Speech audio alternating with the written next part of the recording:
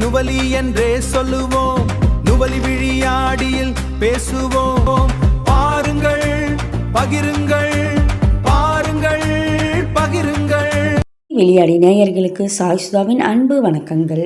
Cinema ரசிகையாக இப்பதிவில் நாம் பார்க்க இருப்பது சீதா பயணம் திரைப்படத்தை பற்றி தான். இந்த திரைப்படத்தை அர்ஜுன் அவர்கள் கதை எழுதி தயாரித்து இயக்கியிருக்கின்றார் தன் மகள் ஐஸ்வர்யா அர்ஜுனுக்காக.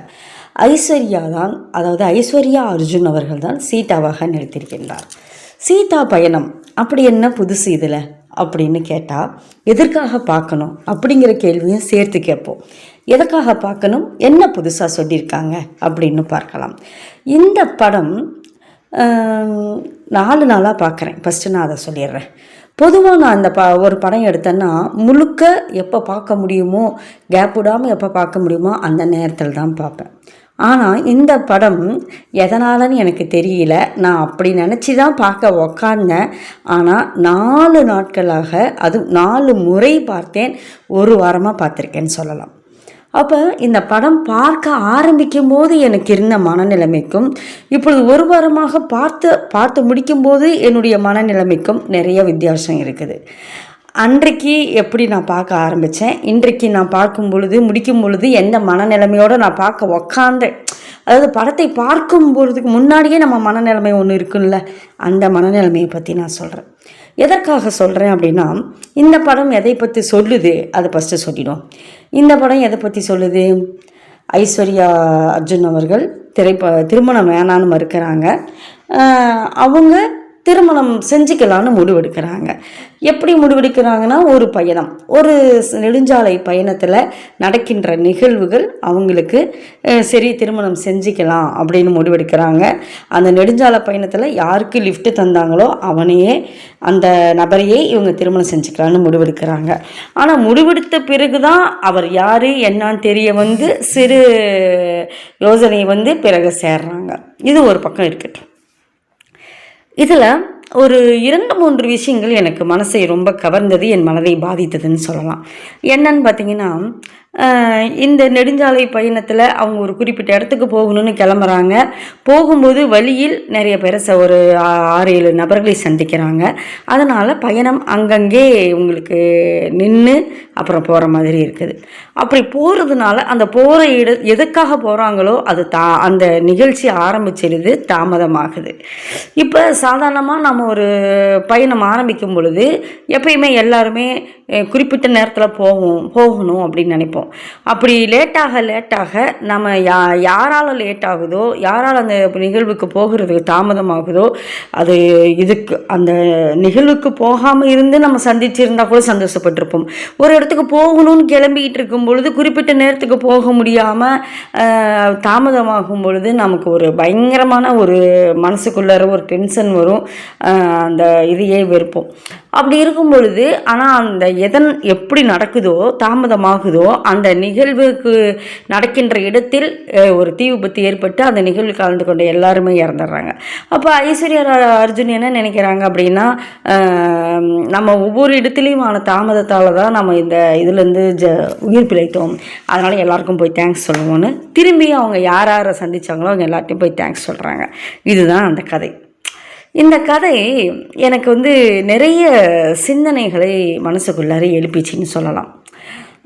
பொதுவாக அதுக்கு அவங்க ஒரு ரீசன் சொல்கிறாங்க. என்னன்னா, எந்த ஒரு நெகட்டிவ் விஷயத்துலேயும் எந்த ஒரு கெட்டதாக ஒன்று நடந்தாலும் அதனால் ஒரு நல்லது நடக்கும்னு எங்கள் அப்பா சொல்லுவார். அது இன்றைக்கி தான் நான் அனுபவபூர்வமாக உணர்ந்தேன். இன்றைக்கி இந்த இத்தனை தடங்கள் வராட்டினா நான் இன்றைக்கி உயிரோடு இருந்திருக்க மாட்டேன், இது எனக்கு மறுபிறப்பு, அதனால தான் எல்லாருக்கும் தேங்க்ஸ் சொல்கிறேங்கிறாங்க. இந்த படத்தை நான் ஆரம்பித்த அன்றைக்கே பார்த்துருந்தேன் அப்படின்னா, இதை நான் முழுக்க அந்த அவங்க சொல்கிறத உணர்ந்துருப்பேனா, அது புரிஞ்சிருக்குமா அப்படிங்கிறது எனக்கு தெரியல.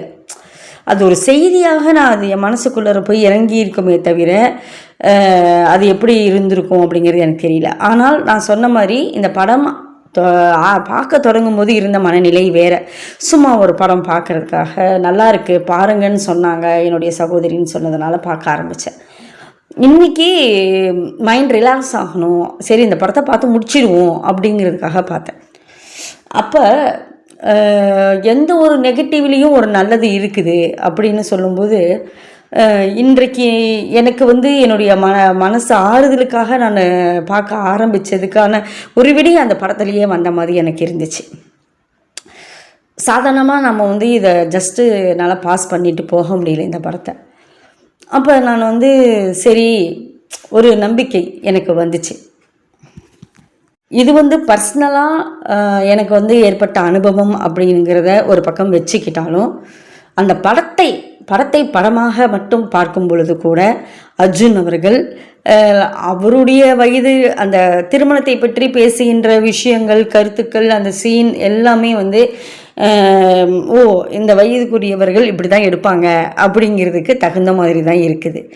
ஆனால் எந்த இடத்துல அவர் ட்ரெண்டாக, எந்த இடத்துல அவர் வந்து அதெல்லாம் கிடையாதுப்பா, நான் இந்த காலத்துக்கு தகுந்த மாதிரி தான் சப்ஜெக்ட் பண்ணியிருக்கேன் அப்படின்னு அவர் தன்னை நிரூபிக்கிறார் ஒரு இயக்குனராக அப்படின்னா, அந்த ஹீரோயினை விட ஹீரோ 2 வயசு கம்மி அப்படின்னு சொல்கிறது ஒன்று. இன்னொன்று, திருமணம் செய்து கொள்ளவே இன்றைய தலைமுறையினர் பயப்படுறாங்க இல்லையா? அது எதை நினச்சி பயப்படுறாங்களோ அந்த இதை அவங்க கையில் எடுத்துருக்கிறாங்க. அடுத்தது எதுக்கு எடுத்தாலும் டக்குன்னு டைவர்ஸ் பண்ணுறாங்க, அந்த விஷயத்தையும் கையில் எடுத்துக்கிறாங்க.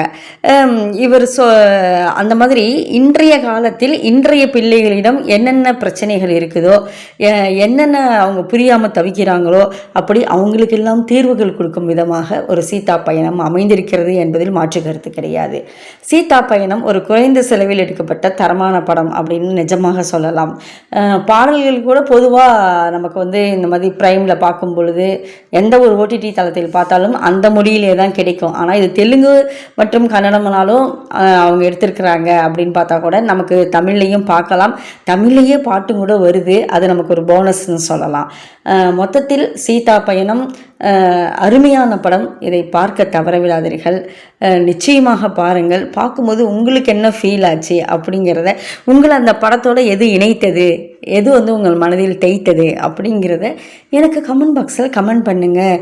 மீண்டும் நல்லதொரு படத்தை உங்களை வந்து சந்திக்கும் வரை உங்களிடமிருந்து விடைபெறுவது உங்கள் சினிமா ரசிகை சாய் சுதா. நன்றி, வணக்கம்.